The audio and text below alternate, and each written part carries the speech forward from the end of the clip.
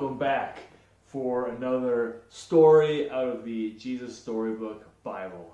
So, past couple weeks we've been talking about the first stories in the life of Jesus. We had 3 days of talking about the Christmas story, Jesus being born, the shepherds seeing Jesus, and the wise men meeting Jesus.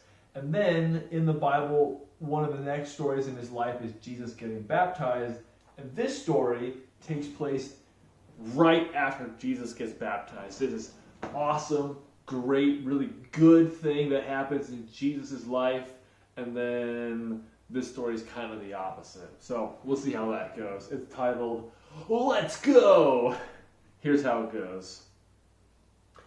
After Jesus was baptized, he went straight out into the desert. That might seem like an odd place to go because, as you know, deserts are very hot. And there isn't any food or water or places to stay. But Jesus needed to get away by himself and be somewhere quiet and lonely. He needed to be with his heavenly Father to get ready for his new life. In the desert, Jesus thought about the secret rescue plan he made with God. Before the foundation of the world, they both knew what would have to happen. To rescue God's children, Jesus would have to die. There was no other way. It was the reason he had come. Now, that old enemy, the one who had spoken through the snake to Adam and Eve, do you remember that story? Way back in the garden, he didn't want Jesus to rescue God's people.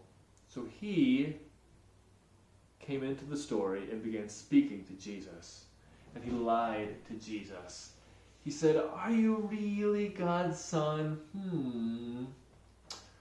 Poor you. God must not love you. You don't need to die. Just do it my way." "No," Jesus said to the liar. I will not do that. I'm going to do what God says." And from that moment on, nothing would ever be the same. Jesus wasn't like Adam. Jesus was a new kind of man. He would not believe the terrible lie that the enemy spoke. Jesus knew God loved him, and he would trust God no matter what. It was just as God had promised to Adam and Eve all those years before. Jesus had come to do battle against the snake's work. He would get rid of the sin and the darkness and the tears and would suffer, but he would win. Jesus left the desert and set about the great rescue. He was going to get God's people back. But first, he needed to find some helpers and some friends. He had a lot to do, and he would need some people to help him out. Who would make good helpers, do you think? Clever ones? Rich ones? Strong ones? Important ones? Some people think so, but I'm sure by now you don't need me to tell you they'd be wrong. Because the people God uses don't have to know a lot of things or have a lot of things. They just have to need him a lot. All they need is to trust him and obey him. One day, Jesus was walking by the Sea of Galilee when he saw some brothers and friends mending their fishing nets. They were poor fishermen. Jesus called out to them, "Let's go!" Peter, Andrew, James, and John looked up at this man on the shore, and they couldn't explain it. Their boats needed to be put away. Their nets needed mending. Fish were still wriggling on the shore. But something was strange about this stranger. Made them drop their nets, leave their fish and their boats and everything, and follow him. This God-man was like no one had ever met. When they looked at Jesus, their hearts filled up with a wonderful forever sort of happiness. And inside, it was as if they were running free in an open field. Jesus asked 12 men to be his helpers.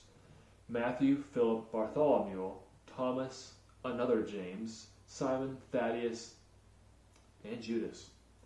Meeting Jesus would change all of them forever. It's a great story. Kind of a two-parter. I love what it said there right in the middle. When Jesus is right about to begin all of the work that he's doing in the world, he has to find the 12 disciples. had to find some people who were going to help him. And who did he look for? He looked for people who were tall and big and strong and smart and cool and powerful. No. He looked for people he could see their heart.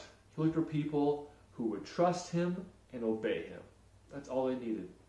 So he chose a couple of fishermen and some other guys. None of these particular people had any fancy, important things in their life. They were just people who would trust God and who would obey God. See you guys tomorrow.